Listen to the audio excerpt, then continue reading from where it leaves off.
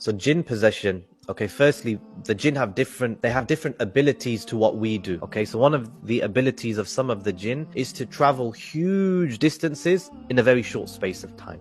Okay, some of the jinn are very powerful. We know that, for example, Sulaiman alayhi salatu wasalam, the Prophet Sulaiman, they used to build for him amazing structures and amazing huge things, and he had like a palace made out of glass and all these amazing things. Okay, so the jinn have different abilities. One of the abilities of the jinn is to enter into the body of the children of Adam and to possess them, to basically hijack the body of the children of Adam. Okay, so jinn possession is something which it does occur.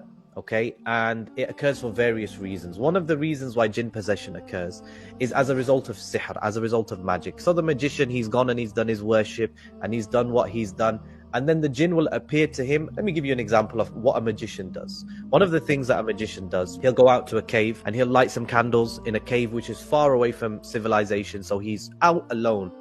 And then what he does is he lights some candles and he sits in and he draws a circle on the ground in the cave, and he sits in this cave and he like meditates and he calls upon the devils. But they're not going to appear to him after 5 minutes. Once he's done this for days and days and days, meaning he's not allowed to leave this circle. So and this is a small circle, he defecates in this circle, he sleeps in his own defecation, he eats from his own defecation, and he mixes all of that stuff in and he rubs it all over himself. Like I said, he basically humiliates himself. Once he's in the filthiest of states and the devils are now satisfied that, you know what, this person has totally removed his humanity, the position, Allah says that وَلَقَدْ كَرَّمْنَا بَنِي آدَمَ, that we have indeed honored the children of Adam. Once he has totally stripped himself of any honor and he has humiliated himself for the devils, then they'll appear to him now, and then they'll say, right, what is it that you want?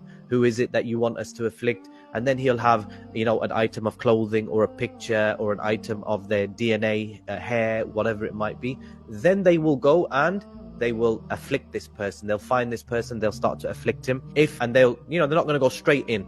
If he's a person who is a person of a good tawheed, meaning he worships Allah, he follows the sunnah, he does his protective, his du'as, the jinn won't be able to come and afflict that person. They might be externally poking and prodding and causing problems. But if he's a person who is watching pornography and he's got a girlfriend and he's smoking drugs and he's far away from Islam, doesn't pray, she's a sister that doesn't, observe the correct hijab, then they will actually enter into that person. Allah mentions in the Quran, الَّذِينَ يَأْكُلُونَ الرِّبَى, those people who consume riba in this world. لَا يَقُومُونَ, they're not going to stand on Yawm al-Qiyamah إِلَّا كَمَا يَقُومُ الَّذِي يَتَخَبَّطُهُ الشَّيْطَانُ مِنَ الْمَسِّ. Okay, so jinn possessed because of sihr, jinn possessed because they fall in love, and this is something that brothers and sisters need to be aware of. If you're walking around the house amazed, ujub, I'm amazed with myself, mashallah, my pecs are looking amazing, my back, blah blah blah, and you're not seeking protection from Allah,